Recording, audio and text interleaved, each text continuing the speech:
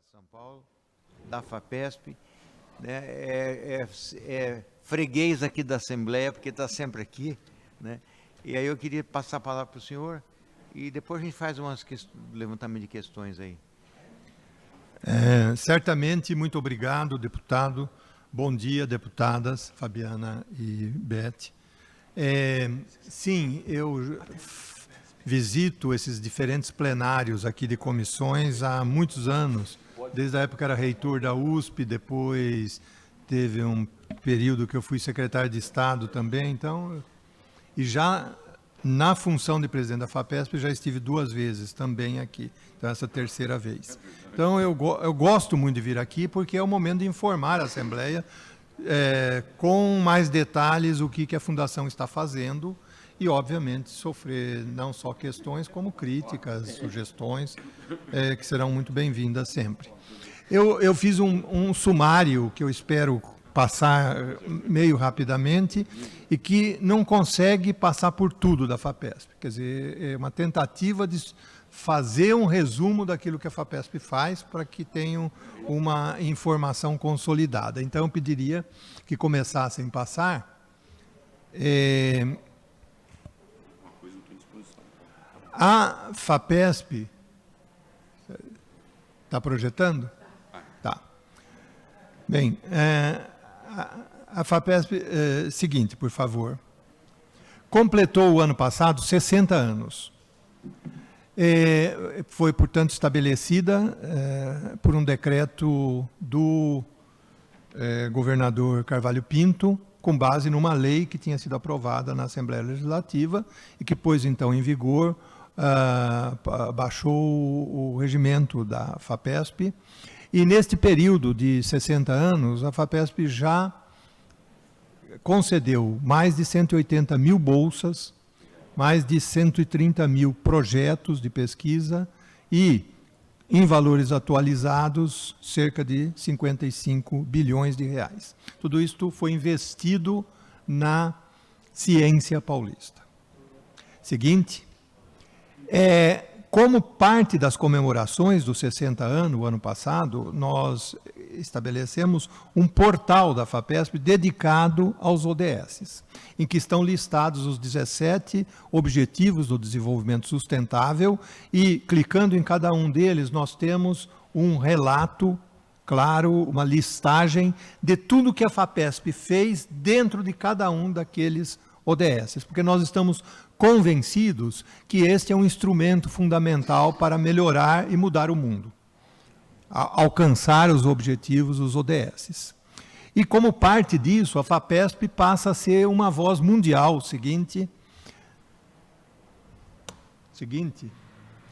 Passa a ser uma voz mundial no argumento de que a ciência e tecnologia, além das decisões governamentais e além do engajamento populacional que são necessários para alcançar os ODS, a ciência e a tecnologia também são instrumentos fundamentais para isso.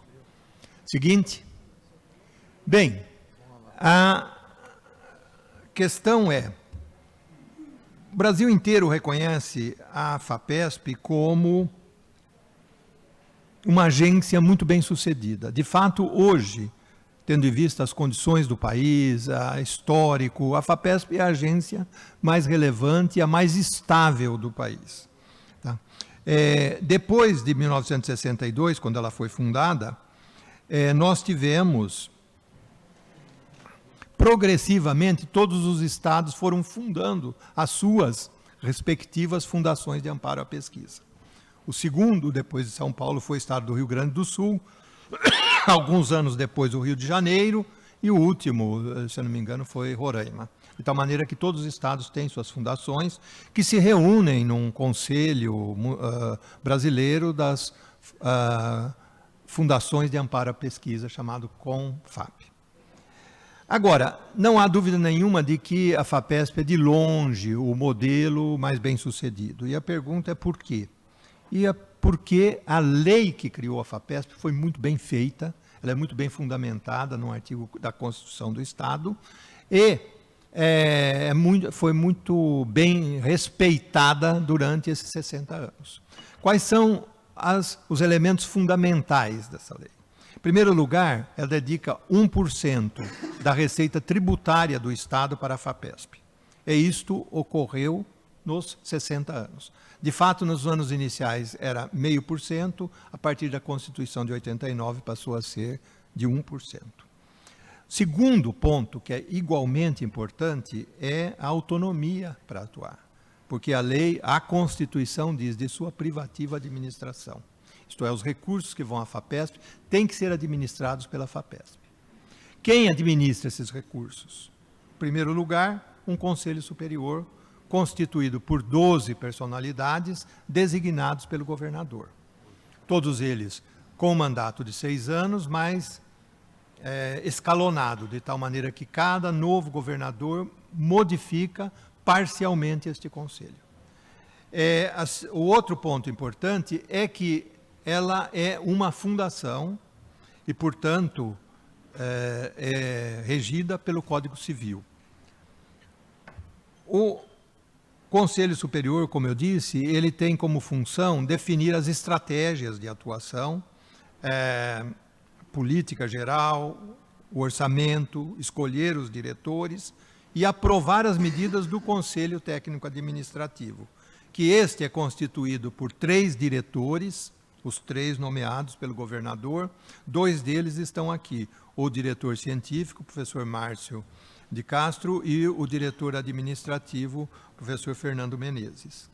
E a eles, então, cabem as medidas práticas de gestão diária, isto é, preparar os editais, fazer exame de contas, aprovação de propostas e fazer a gestão do quadro pessoal. Seguinte, é importante lembrar também que este sucesso da FAPESP está ligado não estritamente à ação da FAPESP, porque a ação da FAPESP cairia num vácuo se não estivesse inserido num sistema amplo representado pelo Sistema Paulista de Ciência e Tecnologia, e que é, de longe, o sistema de ciência e tecnologia mais forte do país. Como São Paulo é o estado mais forte do ponto de vista econômico, do ponto de vista de população.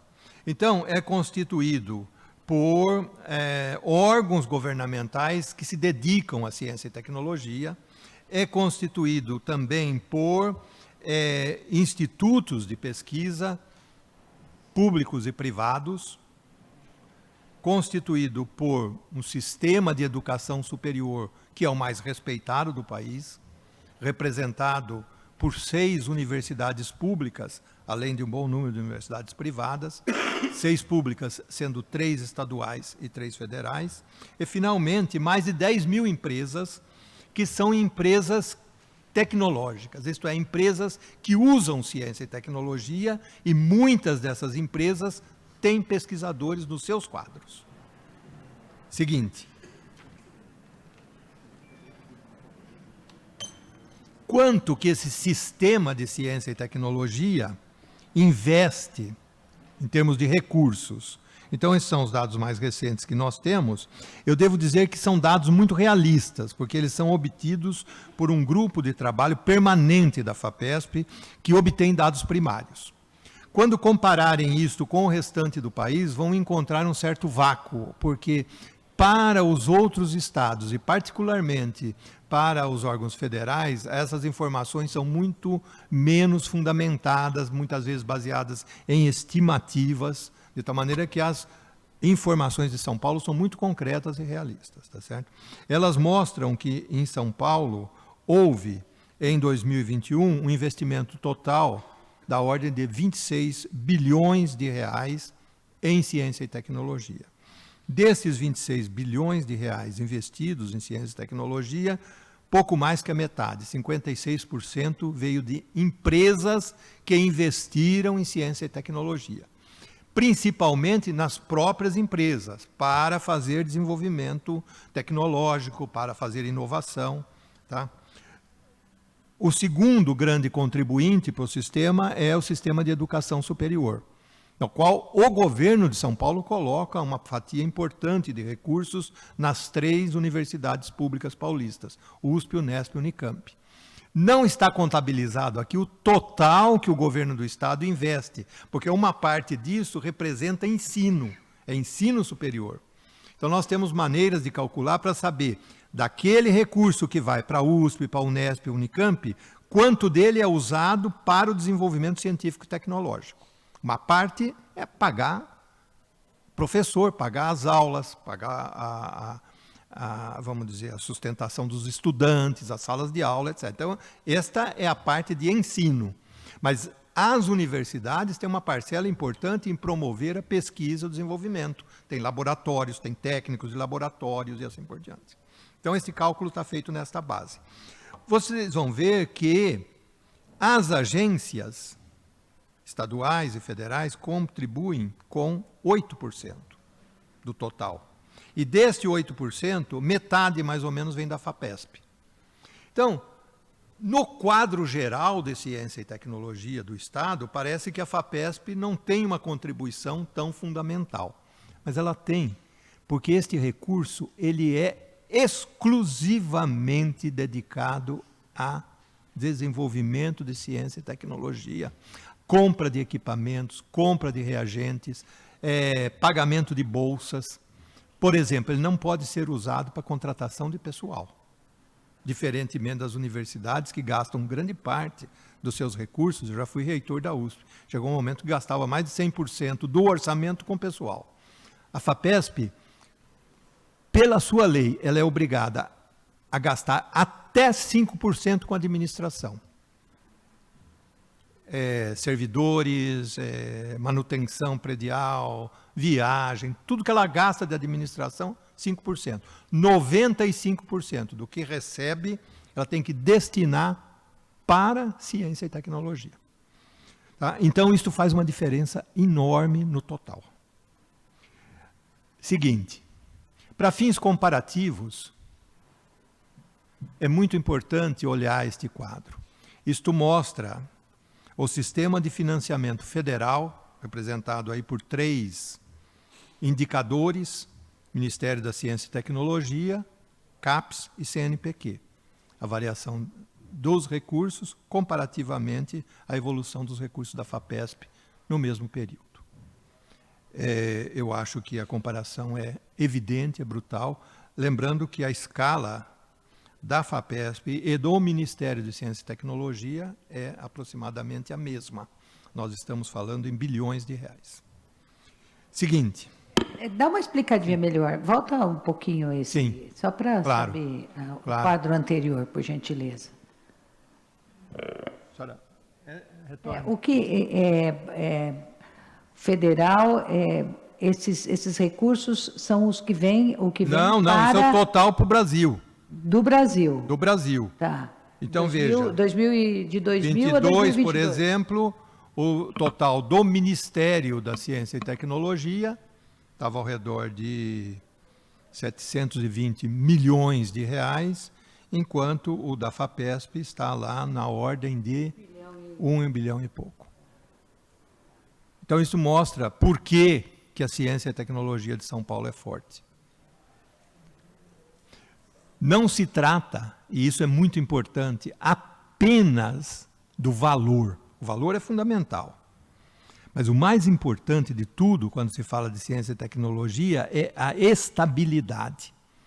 Vejam que é uma curva que não tem oscilações, isto é possível, por exemplo, para a FAPESP, fazer algo que as outras agências brasileiras não são capazes, nem das fundações de amparo, nem as agências federais. Fazer projetos de longo prazo. Projetos, por exemplo, de 5 anos, de 10 anos. Tá? Nós temos, e vou mostrar aqui, vários projetos de 10 anos, por exemplo. Isso só é possível quando a gente trata de um financiamento estável, que eu sei quanto recurso eu vou ter daqui a 5 ou 10 anos. Muito bom. Consequência disso, seguinte, é que aqui está comparado alguns países, Estados Unidos, Japão, Alemanha, e depois outros, como Argentina, Chile e México. Quanto por cento do PIB é usado para ciência e tecnologia? Então, temos lá, por exemplo, Estados Unidos, 3,46% do seu PIB é empregado em ciência e tecnologia. No México, 0,29% do seu PIB é empregado em ciência e tecnologia. O estado de São Paulo, 1,1%. Quer dizer, ele está intermediário entre os países desenvolvidos e os países menos desenvolvidos. O outro fator interessante a se considerar é que esta percentagem de recurso empregado do PIB, empregado em ciência e tecnologia, no caso dos países desenvolvidos, a maior parcela vem das próprias empresas. Às vezes empregando institutos de pesquisa, etc., outras vezes no seu próprio desenvolvimento, fazendo pesquisa própria para serem competitivas. Vejam que, em muitos casos, a parcela, na maioria dos casos, a parcela governamental do total vai de 18% a 27%. Nos países menos desenvolvidos, que empregam menos recursos para ciência e tecnologia, é porque esse dinheiro vem quase que exclusivamente do governo. É o caso do México, por exemplo, 80% vem do governo. As empresas pouco aplicam em ciência e tecnologia lá. No estado de São Paulo, 47% vem do governo. Isto é, a maior parte vem das empresas que estão instaladas e funcionando aqui no estado de São Paulo.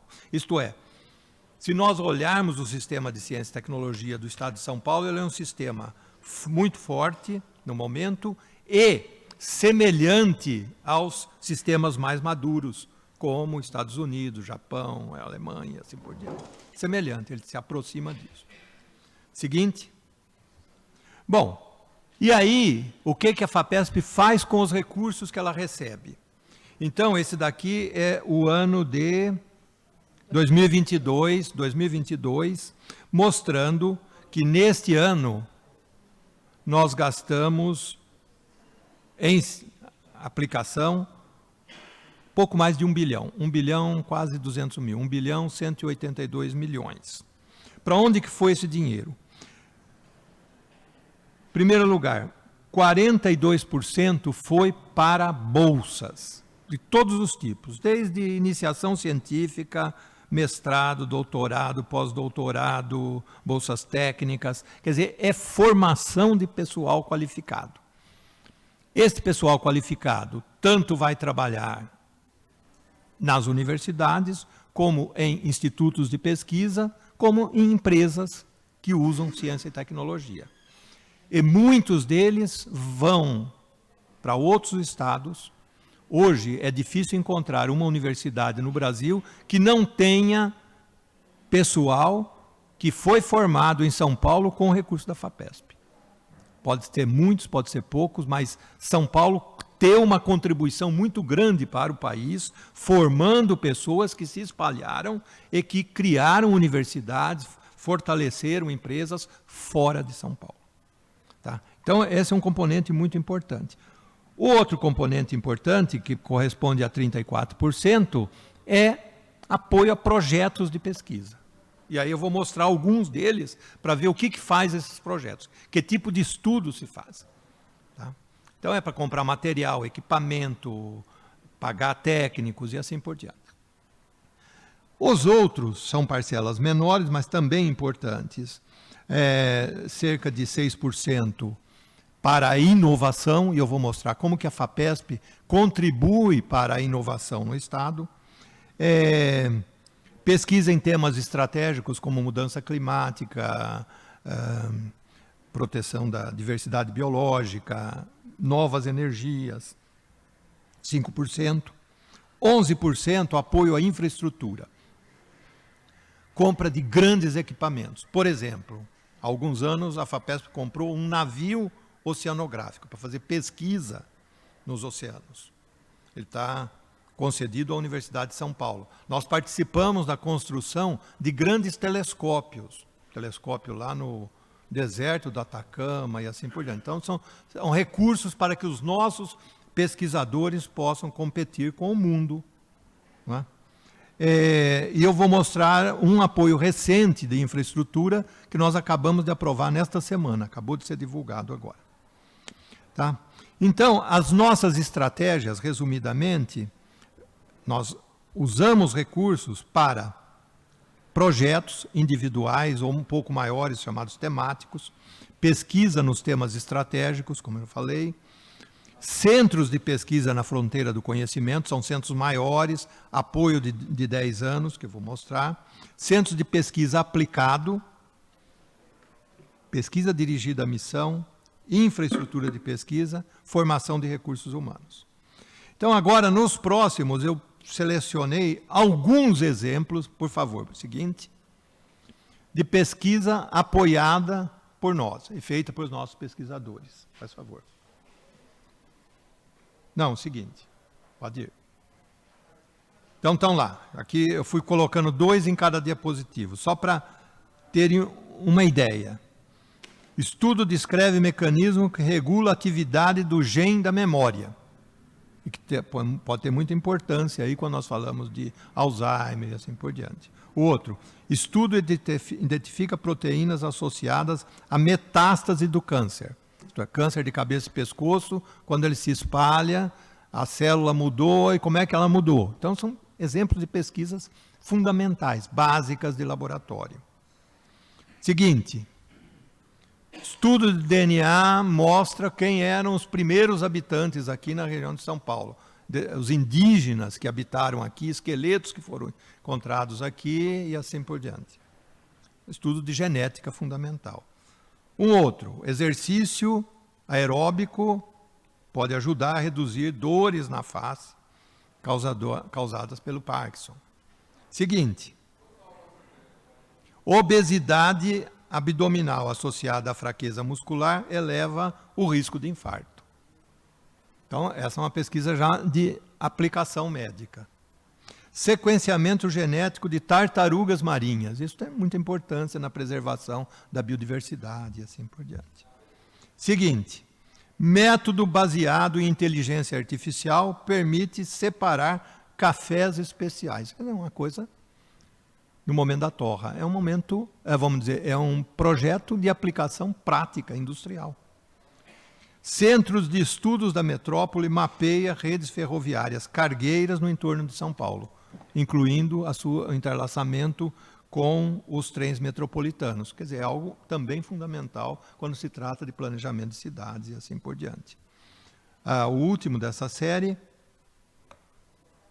um levantamento feito pelos nossos pesquisadores de 60 anos de pesquisa da FAPESP, apoiada pela FAPESP, sobre diversidade nas áreas costeiras do estado de São Paulo. Então, esses são alguns exemplos desta pesquisa mais fundamental que nós apoiamos, para que tenham uma ideia da diversidade disto. Nada disso é planejado pela FAPESP. Estas são os pesquisadores do estado de São Paulo que chegam lá e digam, olha, eu tenho um bom projeto, quero estudar essa história. Tudo bem, deposita o projeto aqui, o diretor científico toma medidas para obter pareceres de pessoas qualificadas para dizer, ó, este projeto é bom, o projeto não é bom, tem falhas, precisa mudar. Finalmente, aprova e ele recebe os recursos. Seguinte, por favor. Então, agora eu vou falar um pouco destes centros maiores, que não são projetos individuais, mas são centros de pesquisa que nós apoiamos por 10 anos, por exemplo. Então, aqui é um conjunto de projetos que nós chamamos de pesquisa básica e transferência de tecnologia. São pesquisas de qualidade e, portanto, existem centros dedicados a isto, com missões específicas. O seguinte, que está em português, mostra a lista, por favor, seguinte, mostra a lista destes centros, tá certo? De pesquisa, inovação e difusão, chamados CEPID. Então, a que eles se dedicam? Tem uma parcela maior que se dedica a problemas de saúde e processos de doença. Terapia celular, neurociência, neurotecnologia, biodiversidade e descoberta de drogas, inflamação, toxinas, genomas e células-tronco e assim por diante. E outros nas outras áreas da ciência. Por exemplo, baixo carbono em agricultura tropical, biodiversidade e mudanças climáticas, ótica, fotônica, vidro, um centro de pesquisa dedicado a vidro, que é um material extremamente importante, extremamente útil para uma grande quantidade de aplicações. Um outro de matemática aplicada à indústria, pesquisa em alimentos e assim por diante. Então, esses são esses centros, seguinte, e aqui eu mostro, primeiro, do ponto de vista de ciência básica, produção de artigos de elevada qualidade de um desses centros, que trata de terapia celular. Seguinte, e aqui uma aplicação prática desenvolvida neste mesmo centro, que é o desenvolvimento de uma forma de terapia de câncer em que se usam células do próprio paciente doente. Essas células são retiradas do paciente, são modificadas no laboratório, treinadas para atacar células cancerosas, amplificadas e depois retornam ao paciente. Vocês ouviram falar aí na televisão, etc., de sucesso disso daqui. Isso surgiu neste centro de pesquisa lá em Ribeirão Preto, que, por sinal, foi o centro que eu criei há 20 anos, quando eu ainda fazia pesquisa no laboratório. Claro, fui sucedido por outros estão lá fazendo isso e fazendo muito bem, pelo visto, né? Muito bom. Seguinte. Então, este quadro, deputadas e deputado, resume de que forma esses recursos da FAPESP estão evoluindo ao longo desses tempos, mostrando tanto em números de bolsas e auxílios à pesquisa, como em valores de bolsas e auxílio à pesquisa ao longo da evolução desses anos. Perceberão que nos anos de 2020 e 2021 houve uma queda. E isto, todos sabem o motivo, foi a pandemia. A pandemia teve um efeito muito grande sobre todas as atividades da sociedade, inclusive as atividades de formação universitária e as atividades de pesquisa científica. O fato de fecharem laboratórios, o fato das pessoas terem que ficar distantes de casa, trabalhos experimentais não é possível fazer de casa. Depois o retorno muito limitado, com dias, número de pessoas limitadas nos laboratórios, tudo isso levou a uma queda da atividade científica que nós esperamos vai se recuperar nos próximos anos. Tá? Mas esta foi uma mudança global em toda a universidade, a sociedade. Agora eu vou mostrar uma outra face destes centros de pesquisa de longo prazo. Seguinte, e eu começo com isto, que é muito emblemático, a meu ver. É uma parceria entre a FAPESP e a Embraer, que é a empresa brasileira muito bem sucedida, produtora de aviões, que em geral fazem sucesso no exterior. Hoje fiquei sabendo que aquele avião que caiu na Rússia... Só o da Rússia que dá.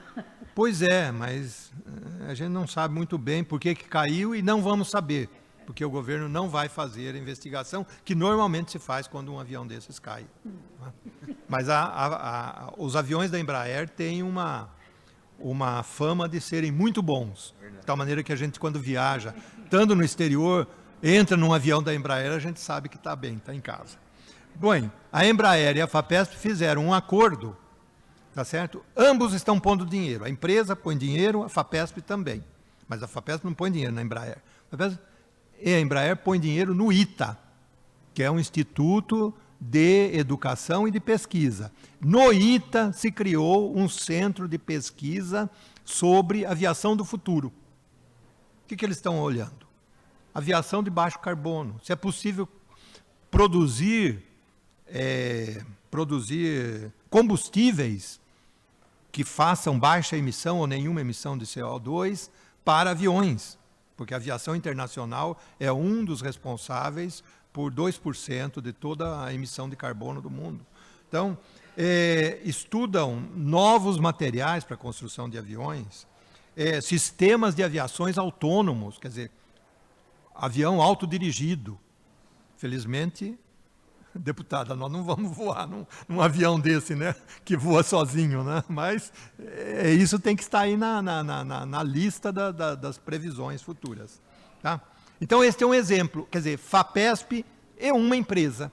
Seguinte.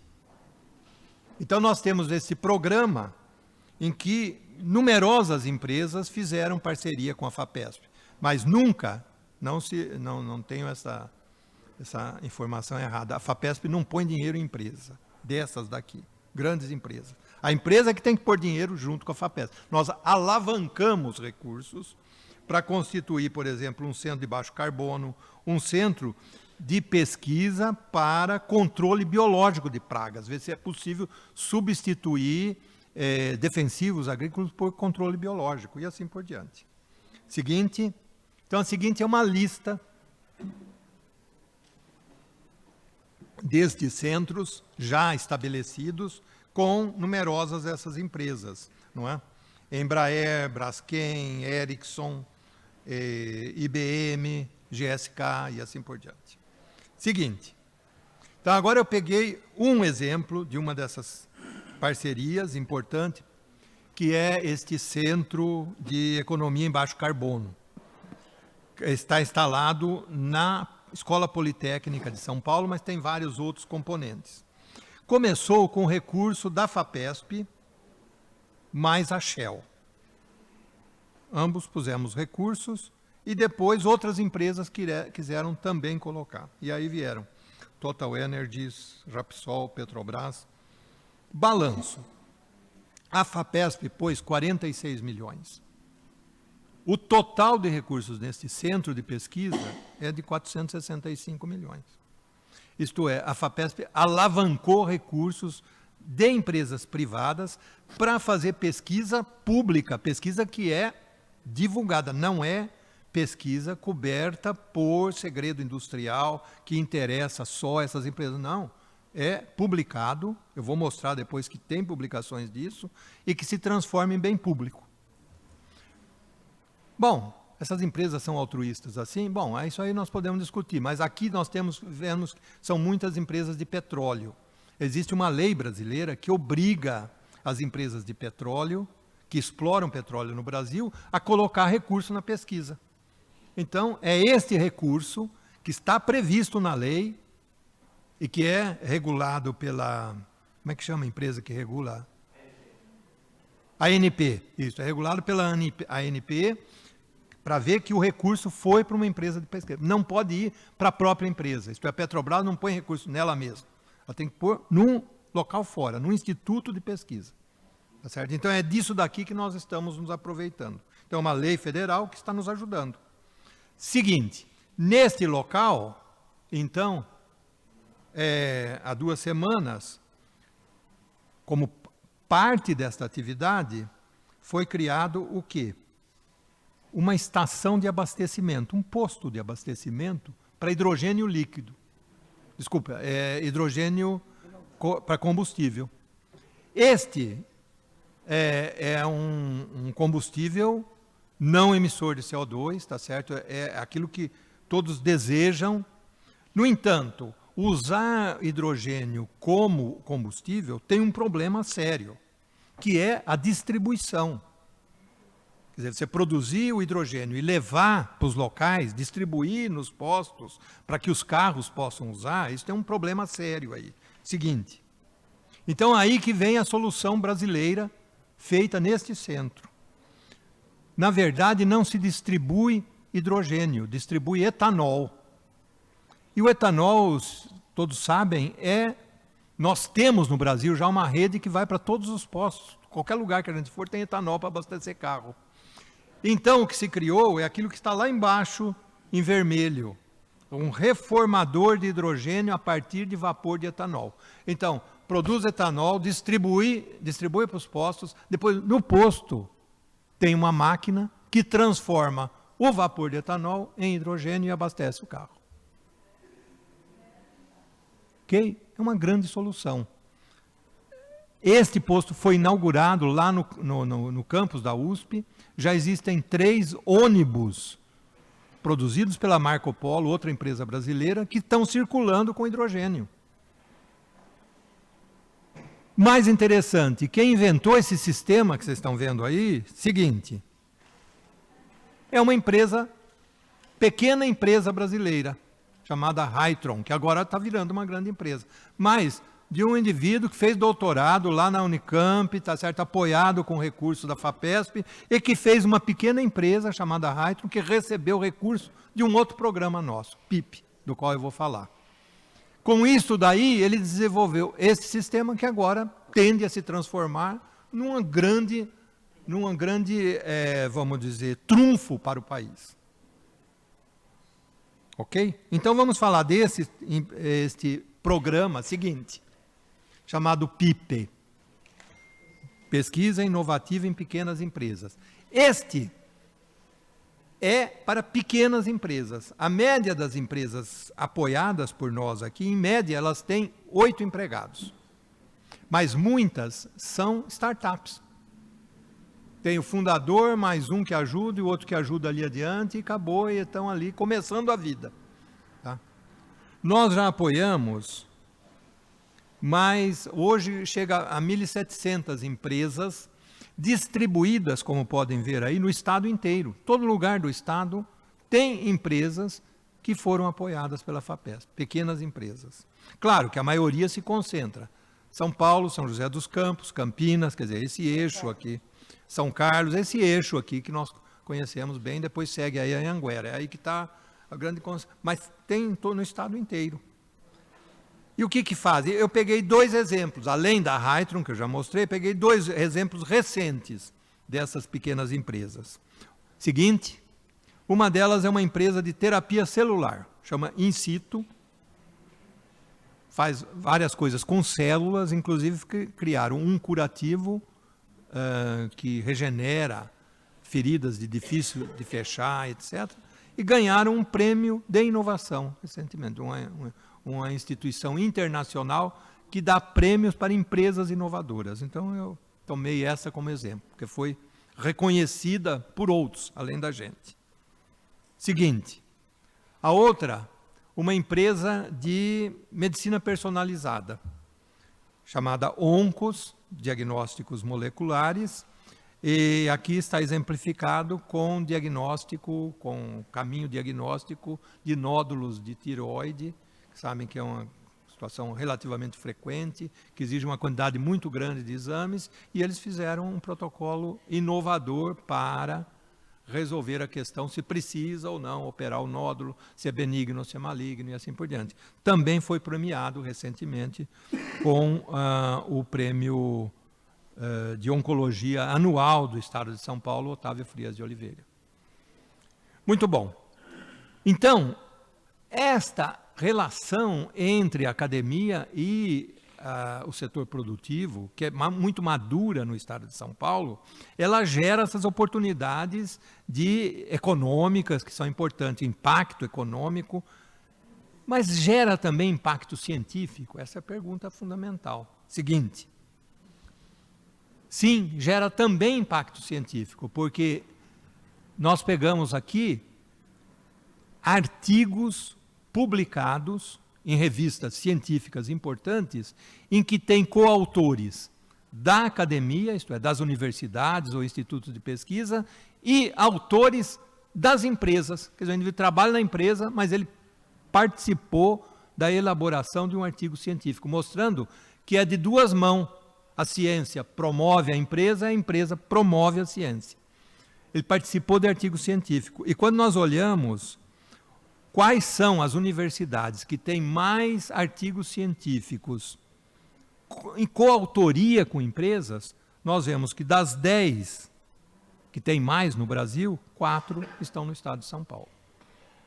É a USP, a Unicamp, Unesp, Federal de São Paulo, Unifesp. Certo? Então, a contribuição que a FAPESP faz para esta aproximação entre pesquisadores da área acadêmica e pesquisadores das empresas resulta também em produto científico. Seguinte, e sobre o que falam esses artigos? Ele não fala sobre ganhos econômicos, nada disso. Fala de coisas como energia, farmacologia, ciência de computação, medicina, engenharia, agricultura e ciências biológicas, quer dizer, são tópicos de importância para a ciência. Seguinte, além disso, nós temos uma colaboração com o governo federal, portanto, o Ministério de Ciência e Tecnologia, e através do CGI, que é a Comissão Gestora da Internet. A história disso é longa, não vou contar, mas há uma certa quantidade de fundos na FAPESP que foram gerados por atividade de registro de domínios há mais de 10 anos, 20 anos. Esses recursos, há um acordo que eles são usados no Estado de São Paulo e fora do Estado de São Paulo. A FAPESP administra, mas eles são compartilhados, dentro e fora de São Paulo. E eles estão sendo usados para centros de inteligência artificial e outras aplicações de cibersegurança, etc., no Estado e fora de São Paulo. Estão aí o balanço de 57 milhões de reais aplicados para a criação de centros desse tipo.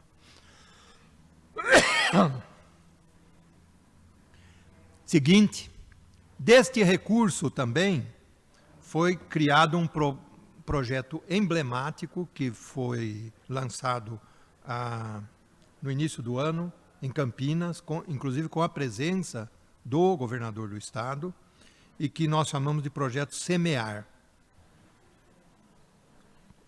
e que é voltado essencialmente para aplicações da internet no campo.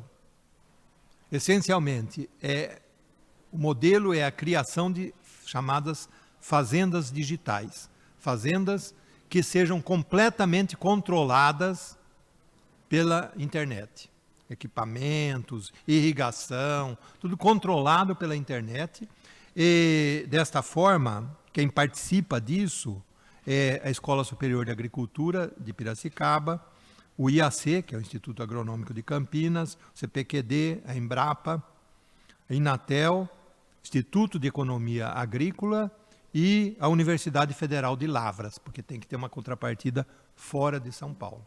Então, esta é um projeto do futuro, principalmente tendo em vista a chegada do 5G, que pode, no campo, a previsão dos técnicos é que disso levará a uma grande economia na atividade agrícola.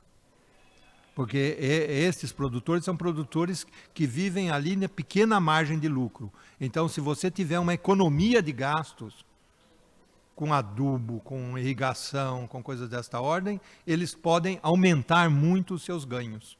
Isso é fundamental. O ganho potencial do setor é da ordem de 20 bilhões por ano.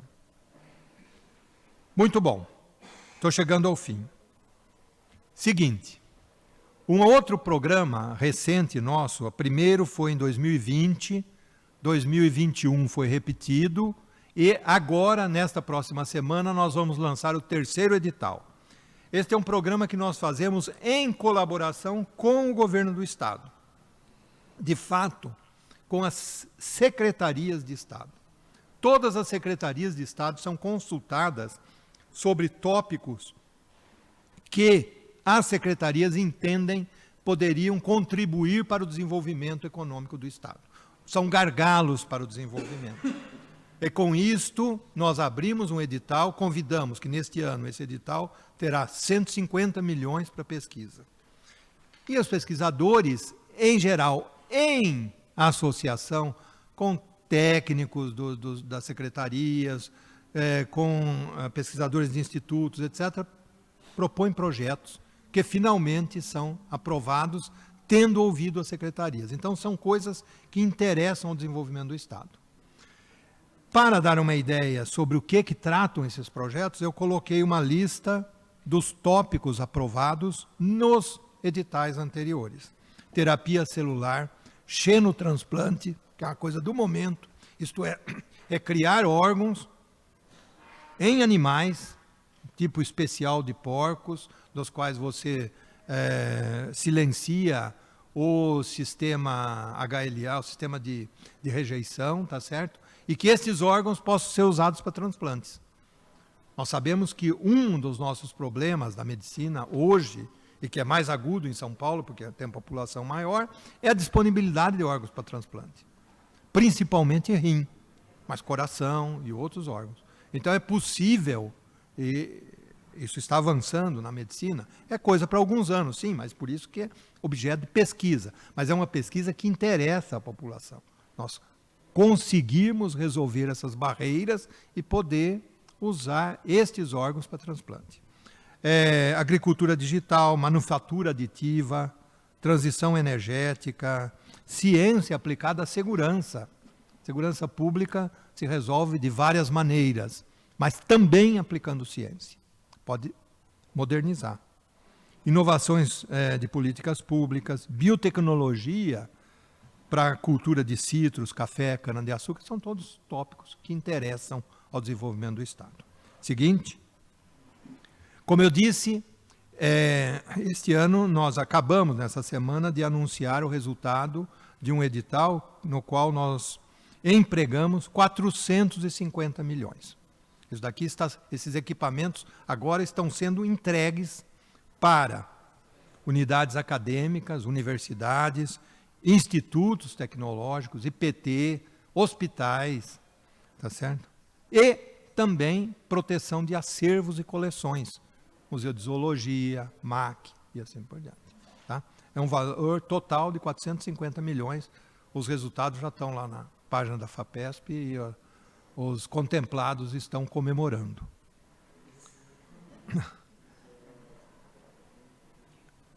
Seguinte, nossa preocupação com a educação básica. Isto se consubstanciou num programa chamado ProEduca, que é um programa de apoio à educação básica da FAPESP com a Secretaria de Educação do Estado.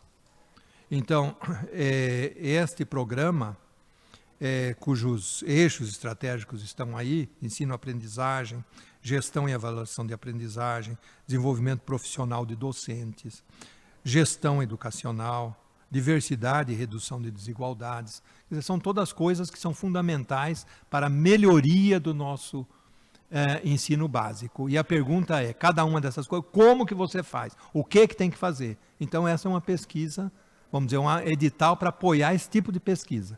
E que envolve a atividade dos docentes da rede pública estadual. Eles são parte do processo.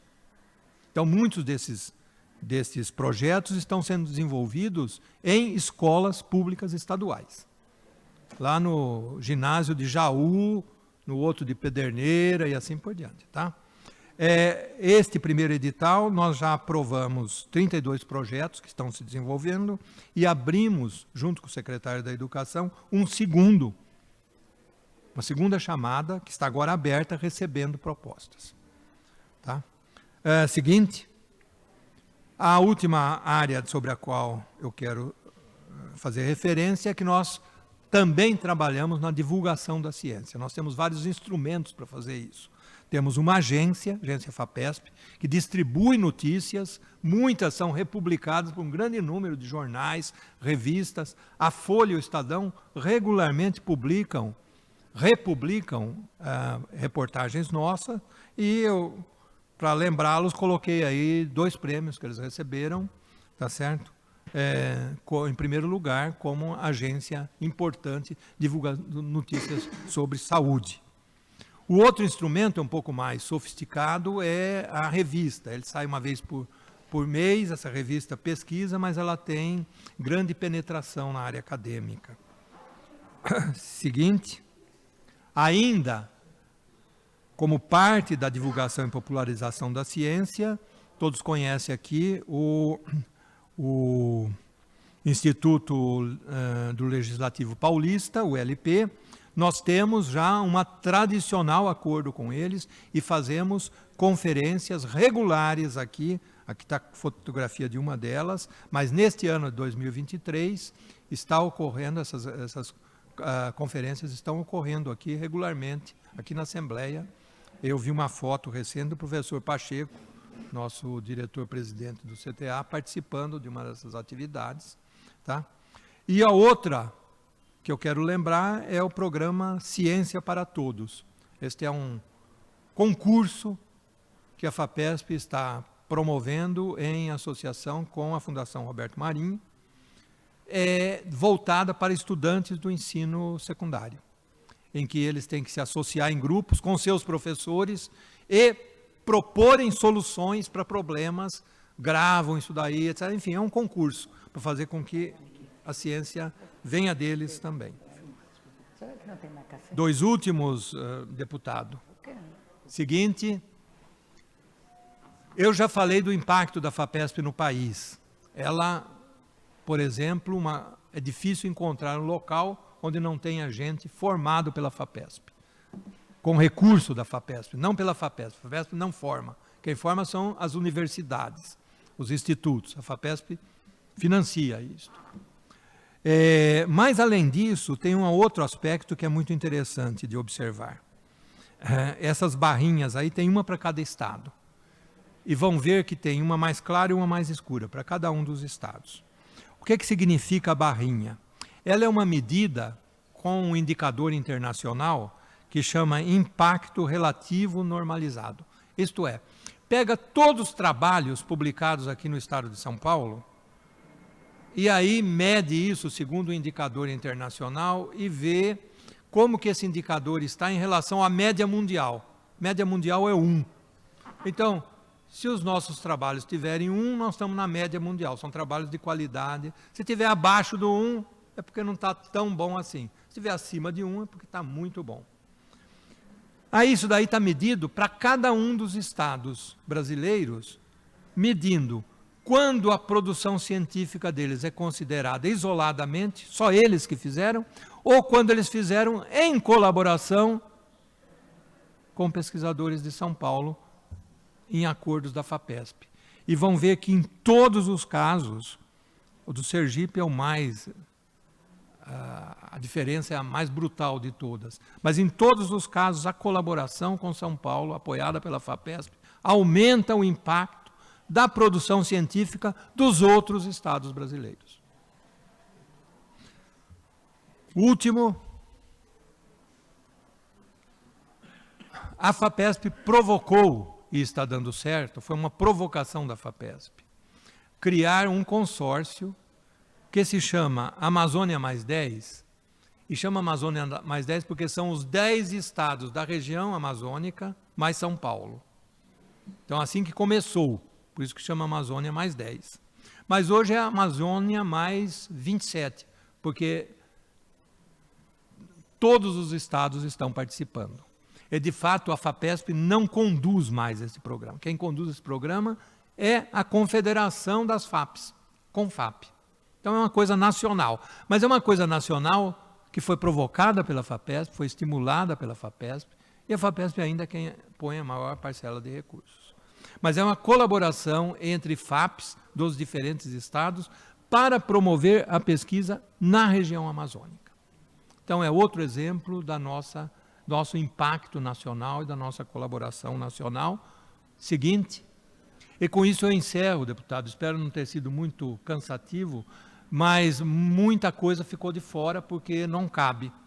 Por exemplo, eu não descrevi aqui tudo que a FAPESP fez durante a pandemia, como que ela contribuiu para reagir do ponto de vista de ciência, tecnologia, saúde, durante esse período, e que foi muito grande a contribuição. Assim como outras coisas que, se houver interesse, poderão ser perguntadas. Muito obrigado. Queria agradecer a fala do professor Zago, né? Mas eu queria, antes de passar a palavra para as deputadas, dizer que está presente aqui o Milton Flávio. O doutor Milton Flávio foi deputado aqui na casa, eu tive o privilégio de estar junto com ele. E foi meu líder, inclusive, de bancada.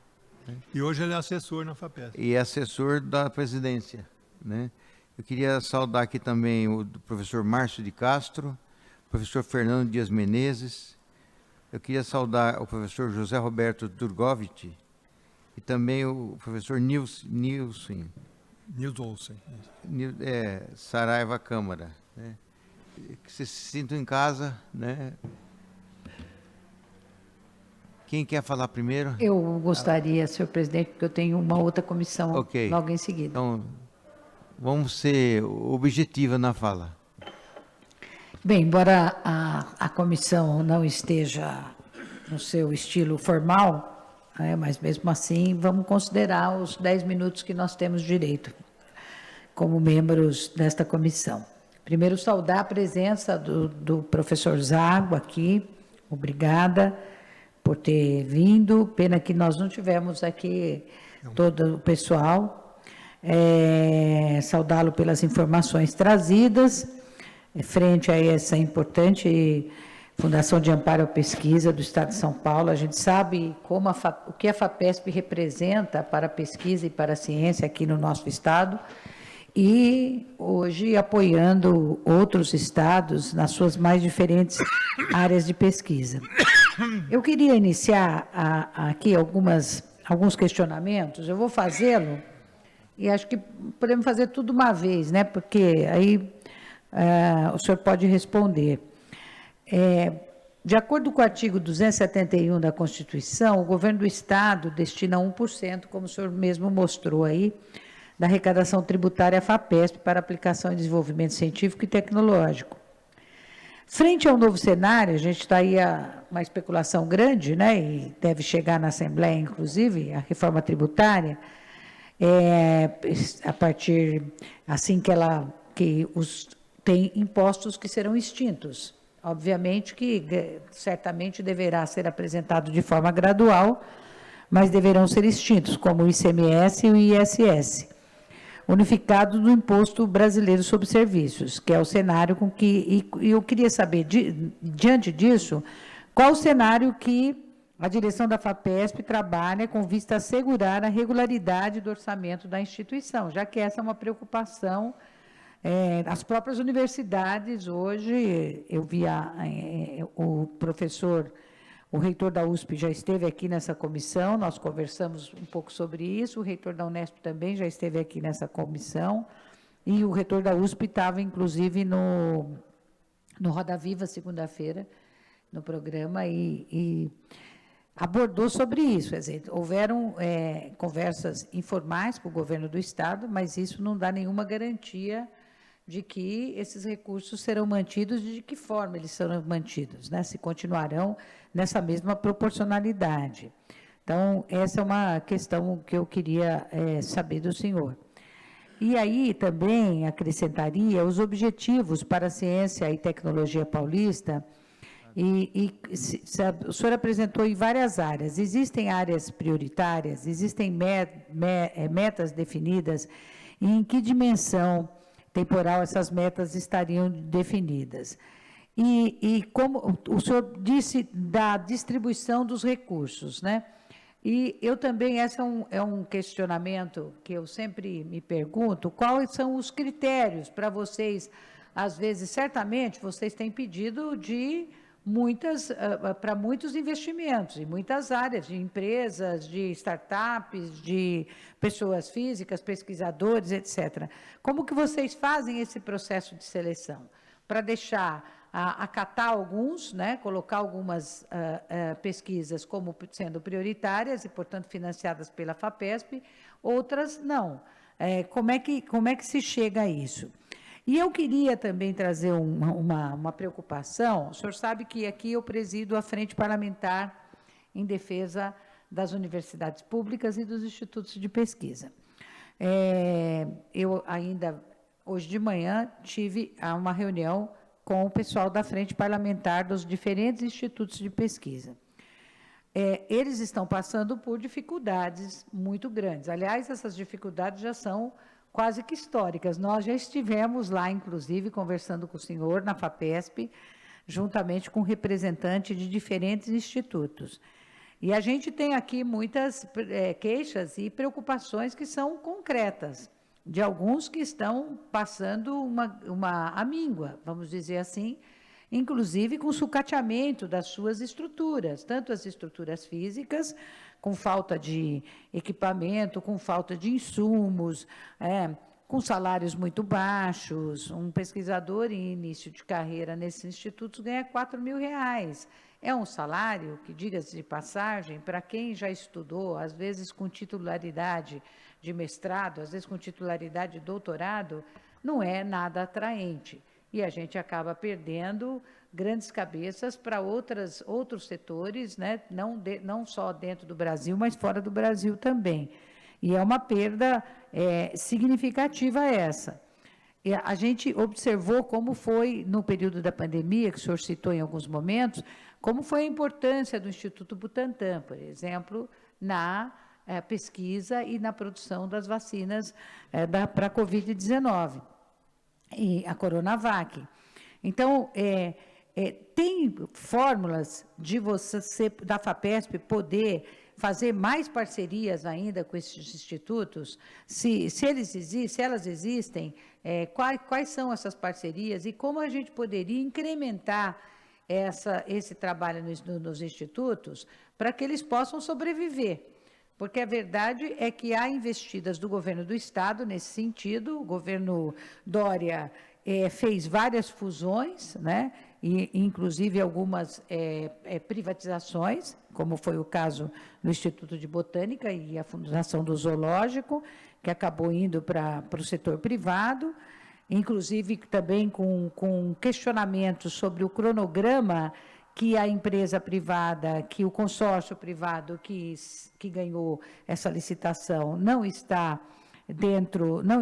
obedecendo aquilo que foi tratado inicialmente, mas, enfim, esse não é um problema para o senhor. Mas eu queria saber, efetivamente, se dá para a gente poder instrumentalizar um pouco melhor. Quando o senhor fala eu até coloquei aqui, desse investimento de 450 milhões para um programa de infraestrutura, para a compra de equipamentos, eu tenho visitado muitas universidades, principalmente unidades da Unesp, né, pelo interior afora, porque é a universidade nossa mais regionalizada. Você tem algumas delas que faltam, que determinados equipamentos não funcionam por causa de 50 mil reais.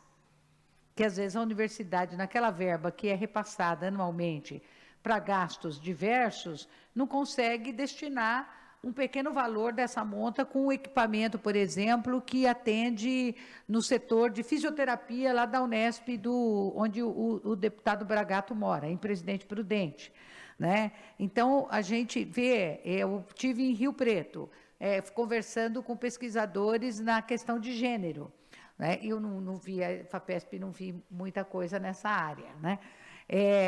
A professora que é a responsável por essa pesquisa também precisa de alguns investimentos. Então, você tem vários pontos no Estado, né? Bauru também nós temos algumas questões que estão sendo necessitadas, pessoal que está trabalhando com TEA, né, transtornos do espectro autista, pessoal que está trabalhando com pesquisas com meninas e adolescentes pretas para descobrir talentos nessa faixa etária de superdotação nas escolas públicas, inclusive ligando para a gente para que a gente coloque emendas parlamentares. Não tem problema, a gente pode pôr, só que as nossas emendas também são pequenas, não dá para a gente atender todas essas demandas. Então, eu trouxe 3 exemplos aqui, né, que eu pessoalmente tenho acompanhado, poderia trazer mais, mas como é que a FAPESP poderia estar contribuindo e fazer uma parceria com pesquisas nessas universidades, dentro da Unesp, por exemplo? Certamente a Unicamp também tem, certamente a USP também tem, mas talvez porque a Unesp esteja um pouco mais distante, e aí ficaria importante exatamente essa interiorização que o senhor citou ali, em algumas áreas de várias cidades que o senhor cita. Né? Eu não sei se essas cidades, elas estão, esses investimentos estão sendo feitos em empresas privadas, né, que trabalham com tecnologia, pequenas empresas, como o senhor mesmo disse, ou se elas estão sendo feitas dentro das unidades da Unesp. Então, são questionamentos que eu gostaria de trazer e, se o senhor puder respondê-los, eu agradeceria muito. Muito obrigada. Pela ordem, senhor presidente, gostaria de... Ok, deputado, está com a palavra. Muito obrigada. Primeiro, quero parabenizar o presidente, deputado Mauro Bragata, Quer por falar? trazer o presidente, senhor da FAPESP. É que lá tem outras abreviações parecidas. E dizer que fiquei muito feliz em relação à colocação de Ribeirão Preto. A pesquisa de tratamento de câncer foi desenvolvida em Ribeirão Preto, é minha região de moradia, eu fiz faculdade lá em Ribeirão Preto, então estou muito orgulhosa por saber que lá começou o tratamento que vai ajudar o mundo inteiro. Minha pergunta é mais voltada ao agronegócio, a tecnologia em relação ao agronegócio, e seria, com o avanço da tecnologia no agronegócio e o acesso mais fácil para médio e pequenos produtores, eu gostaria de saber se tem alguma linha de estudo para desenvolver tecnologia acessível que possa contribuir com os pequenos produtores de agricultura familiar e fortalecimento da mulher no campo. Essa seria minha breve pergunta. E parabéns pela explanação, foi bem esclarecedora. Obrigado, deputada. Presidente, o senhor está com a palavra. Muito obrigado. Eu vou começar, porque eu presumo, posso estar enganado, que a deputada Beth vai voltar, e aí eu posso responder as questões que ela fez, então vou inverter. Tá bom. Né? Deputada Fabiana, eu fico muito satisfeito de saber que você se origina da região de Ribeirão Preto. Você sabe que eu fui, até me aposentar, professor da Faculdade de Medicina de Ribeirão Preto, né? E fui professor titular lá da Ribeirão Preto e, portanto, fico satisfeito de saber que se origina de lá.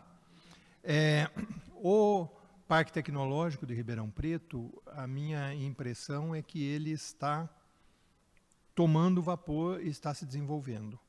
O prefeito municipal tem participado ativamente, ele está se desenvolvendo no campus da USP, numa área que foi dedicada a ele quando eu era reitor. Isto é, naquela época nós dedicamos aquela área, depois foi decidido pela urbanização para que as empresas possam lá se fortalecer. Foram criados os primeiros locais que estão acomodando essas empresas. De fato, por coincidência, as duas que eu mostrei se originaram lá, tanto a Incito como a Oncos. Não é surpreendente que a área médica esteja mais presente lá, tendo em vista a grande quantidade de instituições de natureza de ensino de saúde na região. Então, ela provoca mais essa onda mesmo. Tá certo?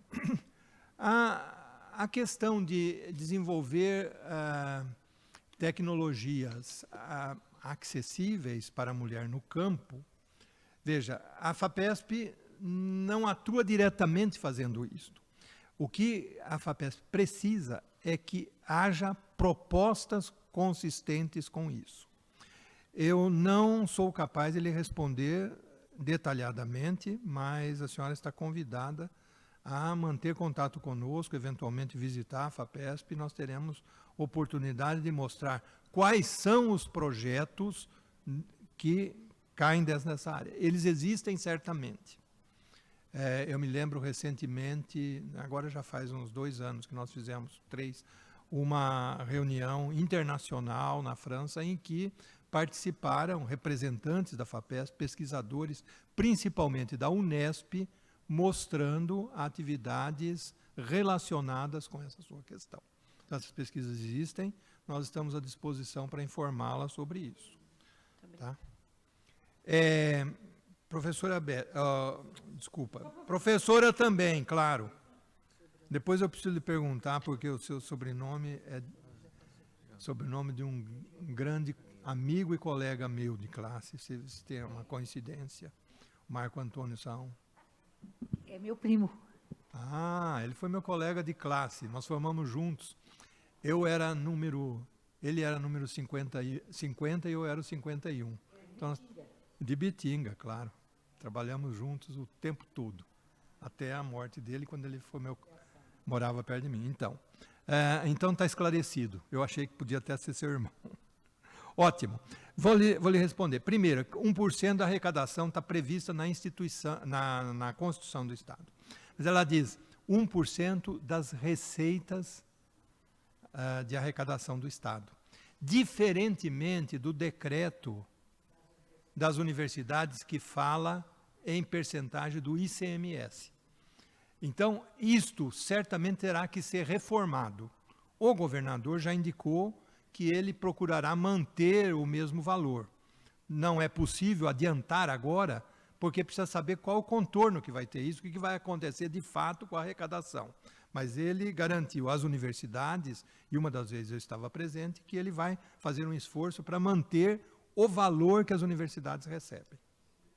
E que, como eu mostrei, faz parte deste quadro muito positivo do Estado.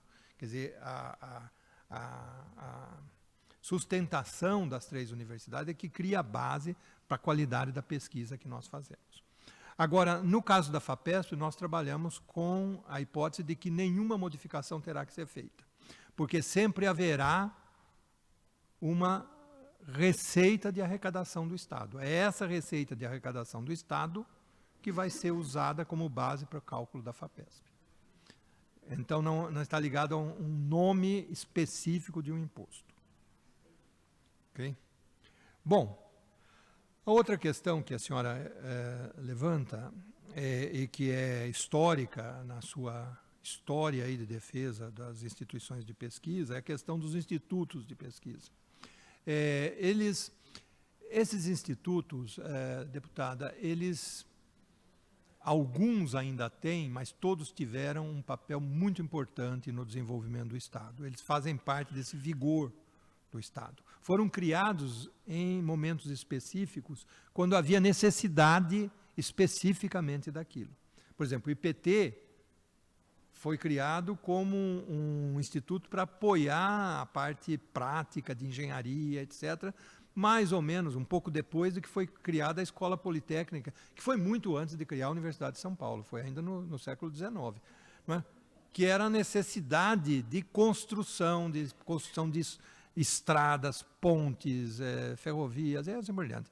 Bem, o Butantan foi criado, o Instituto Soroterápico, para fazer soro para epidemias que nós tínhamos, que se tratavam com soro naquela época. Então, todos eles sempre tiveram um papel muito importante. Acontece que, em alguns casos, este papel foi renovado pela própria dinâmica do Instituto. O Instituto Butantan é um exemplo clássico, ele está ainda na moda aí, vamos dizer, todo mundo reconhece o papel dele, sabe o que faz e tem recursos importantes, como ele é administrado e tal. Os outros, eu reconheço que eles têm dificuldades. Têm dificuldades, mas a dificuldade não dá para ser sanada a partir da FAPESP. A FAPESP, de fato, ao longo dos últimos anos, tem colocado grande quantidade de recursos nos institutos. Eu fiz um balanço recente entre 2018 até esse edital de equipamento de 450 milhões que eu mostrei para a senhora, no qual 85 milhões desses 450 foram para os institutos. O total de 2018 até esse último edital é de 584 milhões de reais. É mais de R$500 bilhão que a FAPESP destinou aos institutos, sobre forma daquilo que ela pode apoiar. E é aí que vem o problema. A FAPESP pode apoiar compra de equipamentos, mas não pode pagar salário. Isso está escrito na lei de criação da FAPESP. Ela não pode pagar salário, ela não pode assumir despesas administrativas, tá certo? É por isso que eu digo que o dinheiro da FAPESP, no total, parece não ser tão grande, mas ele faz aquilo que é uma revolução, porque os outros, o Instituto, por exemplo, grande parte do seu orçamento está para pagar salário. Então não tem dinheiro para fazer outras coisas. Então a FAPESP complementa isso sim, com muito vigor, muito vigor. Minha impressão, e agora não me cabe resolver isto, mas a minha impressão é que o principal problema dos institutos hoje é de recursos humanos. A senhora mesma apontou, eles recebem pouco, eles não têm uma carreira é tão atrativa como das universidades. Tá certo? Então, as limitações maiores estão aí. Eu acho que para resolver isso, teria que atacar esse ponto. Agora, a FAPESP estará sempre disposta a participar de programas, não só de equipamentos desse tipo, mas, por exemplo, o que nós insistimos e queremos fazer, trazer jovens pesquisadores, principalmente do exterior, para trabalhar nos institutos. Nós temos maneira de fazer isso. Nós temos um programa que traz pessoas que estão, sejam brasileiros ou estrangeiros, que estão fora do país, pesquisar, e que vêm e que renovam o quadro, porque a chegada dessas pessoas faz uma grande diferença. O problema é que depois de algum tempo eles perguntam, eu vou ser contratado aqui? Porque a FAPESP por 3 anos pode pagar a bolsa, que é uma bolsa muito boa. Qual o valor hoje? É mais que o dobro, vamos dizer, do que isso que a senhora falou de salário deles aí. Então, eles recebem bem por um período, mas é um período limitado. Nós não podemos pagar indefinidamente. Quer dizer, então precisaria que neste período se criassem vagas para a contratação de pesquisadores. Minha impressão é que isto é o que salvaria os institutos. Estamos dispostos a conversar, perfeitamente. A senhora pergunta sobre, além disso, quer dizer, não só os institutos, mas, por exemplo, as unidades da Unesp, que estão distribuídas aí pelo Estado. A Unesp tem essa característica. A USP é concentrada em 5 grandes campi, a Unicamp quase que só em Campinas e Limeira, e a Unesp é o estado inteirinho, todo lugar que a senhora for. Esses dias eu estava conversando com um professor docente lá de Araçatuba, da Unesp, que veio dessa forma, como um pesquisador, um jovem pesquisador que nós trouxemos, a FAPESP pagou, ele veio, foi para Araçatuba e se transformou num pesquisador importante lá. Quer dizer, sim, a FAPESP apoia pesquisas em Presidente Prudente, em Araçatuba, São José do Rio Preto e assim por diante. Brevemente eu vou visitar lá São José do Rio Preto, principalmente o Parque Tecnológico de Ribeirão Preto. Já estou acho que é dia 11 ou 12 de setembro que eu irei lá. Está marcado já. Então, sim, nós fazemos isso. Agora, a senhora apontou uma outra coisa que todo mundo que é pesquisador sabe muito bem. No próprio conselho da FAPESP, quando nós aprovamos esse grande programa de 450 milhões de reais, de grandes equipamentos, sequenciadores, aí lá tem pesquisador também dizendo, bom, e quando quebra o equipamento pequenininho, como é que a gente faz? Aí não tem dinheiro para arrumar. Então, o nosso diretor científico já aprovou lá no conselho e vai anunciar um edital para pequenos equipamentos e reparos. Então, a FAPESP vai bancar isso porque é fundamental. Você tem uma coisa, você tem uma Mercedes de luxo, quebra o para-choque, o sinaleiro, e você fala, bom, eu não tenho dinheiro para arrumar isso aqui, então, ok? Gênero é uma preocupação nossa, não só gênero de um modo geral, mas a questão da inclusão.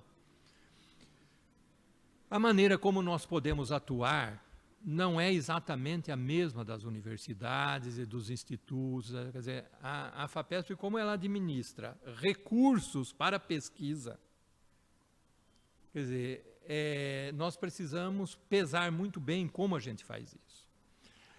Uma das questões críticas da sociedade é a questão que a senhora apontou de equilíbrio de gênero no que diz respeito a todas as atividades, inclusive as atividades científicas. Bem, este é um problema com o qual eu convivo desde a época que eu fui presidente do CNPq. E, em grande parte, este equilíbrio de gênero está sendo alcançado por medidas, primeiro, pela própria sociedade, e segundo, porque existem medidas efetivas.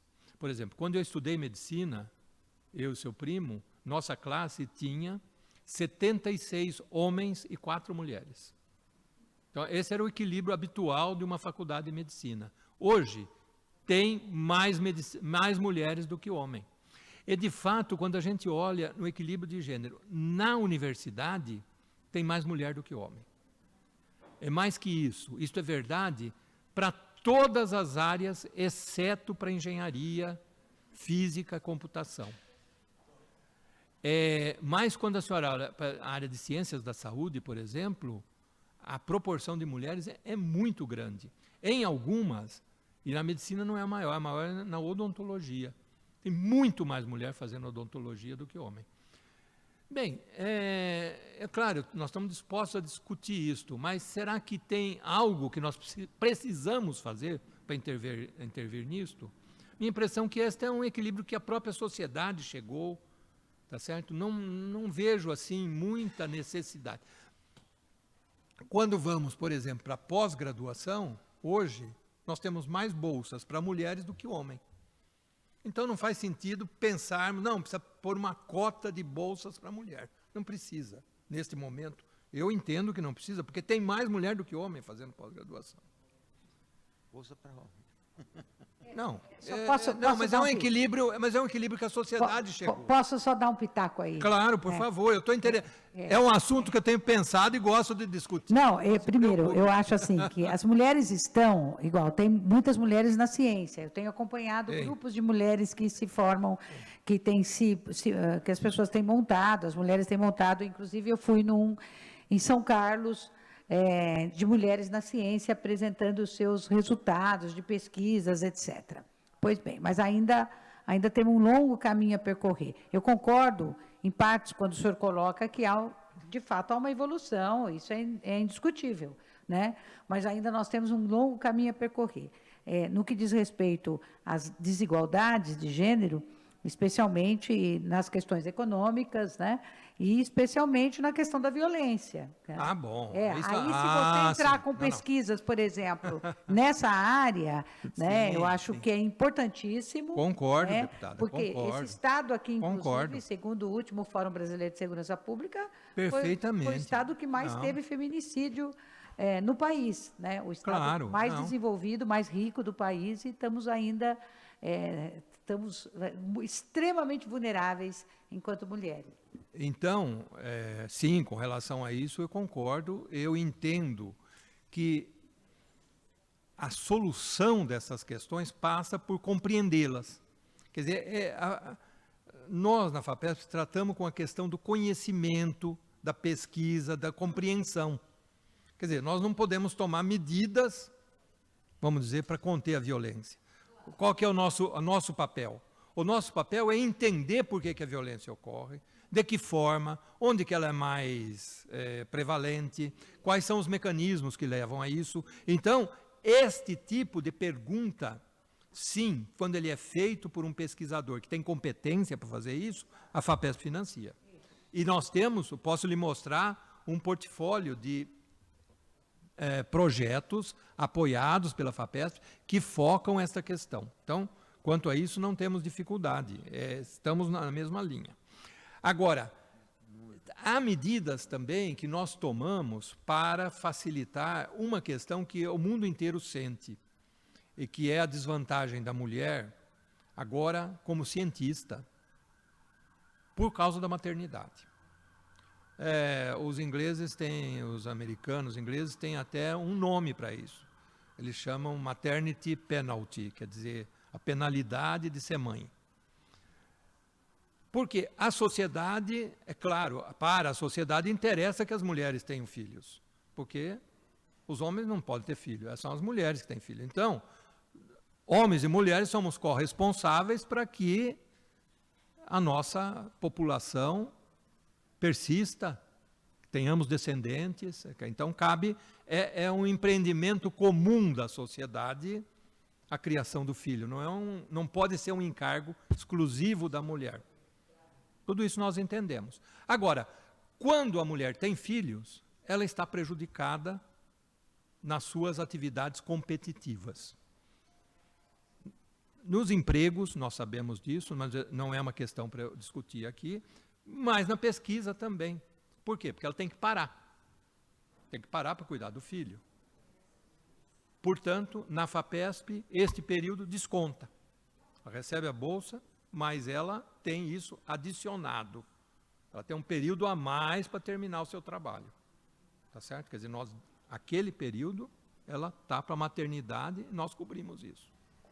Mais importante, depois, na vida, ela vai competir, precisa ter o seu currículo, dizer, ó, de tanto a tanto eu fiz isso, tanto a tanto eu fiz isso. E aí, quando compara com o homem, diz, bom, e esse período aqui, que a senhora não fez nada, ficou parada? Não, nesse período eu fui mãe. Tá bom. Então esse período desconta. Não é como se ela tivesse prejudicada pelo fato de ser mãe. Então essas coisas nós tomamos providências na FAPESP, tá certo? Finalmente, quando tratamos de inclusão, nós também oferecemos bolsas para os estudantes de graduação. São chamadas bolsas de iniciação científica. Essas bolsas são muito importantes porque elas não só permitem que o estudante faça pesquisa, aprenda pesquisa, ele aprende ciência, ele tem contato com um pesquisador e com um professor renomado, quer dizer, isto muda muitas vezes o destino dessas coisas, tá certo? Então nós oferecemos oportunidades, além daquelas que são as normais, e que todos competem em igualdade, mas para aqueles estudantes que entram na universidade, por exemplo, nestes programas sociais, etc., e que, portanto, poderiam ter mais dificuldade para competir, para obter essas bolsas. Tá? Deixa eu ver se eu terminei a sua... a senhora pergunta se existem áreas prioritárias. Olha, nós temos... Eu posso lhe mostrar, assim, por exemplo, balanço, quanto que teve na área de medicina, agronomia, etc. Isto é resultado, não é decisão da FAPESP. A FAPESP não decide, o conselho não decide, que nós vamos pôr tanto por cento na pesquisa médica, tanto por cento na educação. Quer dizer, nós dissemos, tem tantos milhões para a pesquisa, os pesquisadores vêm, os que são competentes recebem apoio. Nos últimos anos, nós criamos alguns programas que são um pouco dirigidos. Como eu mostrei aqui, por exemplo, a Ciência para o Desenvolvimento. Então, em conversa com a Secretaria da Agricultura, Secretaria de Segurança Pública, Secretaria de Saúde, Secretaria da Pessoa com Deficiência, nós ouvimos o que vocês acham que seria interessante nós convidarmos os pesquisadores para fazer. Então, esta é uma pesquisa um pouco dirigida. Não é? Posso lhe dizer, por exemplo, que no edital que vai ser aberto agora, tem contribuições de várias dessas solicitações das secretarias, como, por exemplo, a Secretaria para a pessoa com deficiência, que acha que é importante que no estado de São Paulo haja apoio para pesquisa para a produção de instrumentos, de órteses, próteses e instrumentos de, como é que se chama? Tecnologia assistiva. Por exemplo, aquela que permita uma pessoa quase cega poder ler, aquela que permita melhor mobilidade. Tá certo? Então, isso será uma linha do nosso chamamento. Nós esperamos que um consórcio recentemente feito entre as universidades do Estado leve a que haja propostas para atender isso. Então, se ela percebe, agora, a seleção, uma vez submetidos os projetos, o mecanismo de seleção é o seguinte, isso daí é oferecido para 2 ou 3 especialistas na área, que dizem, esse projeto é bom, não é bom, ele é bom por causa disso, não é bom por causa daquilo, etc. E, finalmente, isto é comparado, e aí dentro da diretoria científica existe um instrumental para analisar os pareceres positivos, negativos, e, finalmente, escolher os melhores, vamos dizer, aqueles que possam dar melhor resultado. O resultado, em geral, é bom desse sistema. Claro que existem erros, mas qual é a atividade humana que não tem erros? Sempre tem, mas sempre sobra a possibilidade de recorrer, de ressubmeter futuramente. Tá? Então, eu tenho muita segurança que o nosso sistema funciona bem nesse aspecto. não há privilégios, nada disso. O que aconteceu nos últimos anos é que, por causa da grande carga, do grande número de propostas, tá certo? Ele se tornou um sistema um pouco lento para dar a resposta final. Mas o novo diretor científico já tomou providências, examinou onde é que estão os gargalos para que a nossa resposta seja mais rápida, porque isso é importante para os pesquisadores que estão esperando os resultados. Bom, eu espero ter atendido às suas questões, mas estou aberto para outras. Ok. Senhores deputados, tem alguma questão a mais?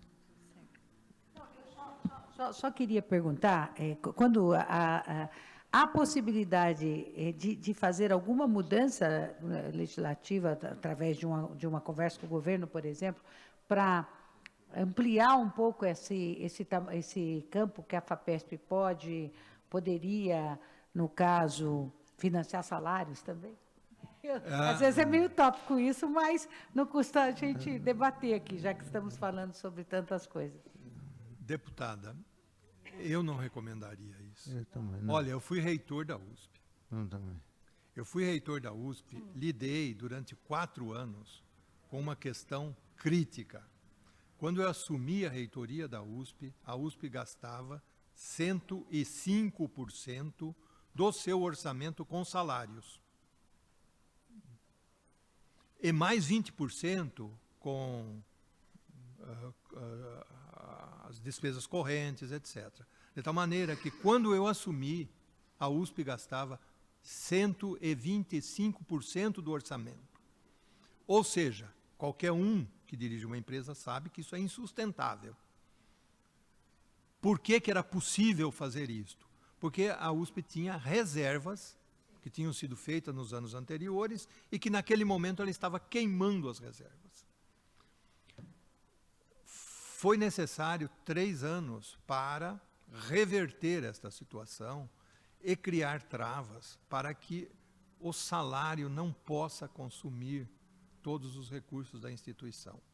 Então, as pessoas que criaram a FAPESP, que foram os nossos avós aí, muito grandes intelectuais, grandes figuras da história paulista, sabiam muito bem onde é que estavam os grandes problemas. E a primeira que eles colocaram é isso: não pode pagar salário permanentemente. Porque isto, como eu disse, o nosso recurso não é tão grande. Compara, o nosso orçamento deste ano está ao redor de 2 bilhões. Compara com o da Universidade de São Paulo, que é 6 bilhões. Então, ele não é tão grande. Mas por que ele é tão valioso? Porque nada corrói ele, não tem o salário. O salário é uma coisa terrível, porque ele precisa ser atualizado. As pessoas dependem daquilo. O negociador, no caso, o gestor, nesse caso eu seria, ele tem pena do olho e fala: como que eu vou pagar um salário dele? Eu quero aumentar a coisa. E aumenta, e vai, e você perde o controle. Então, eu não recomendaria isso. Quer dizer, para bem da ciência paulista, para bem do futuro da FAPESP, para que ela continue fazendo isso. A questão dos institutos nós temos que resolver de outra maneira, deputada.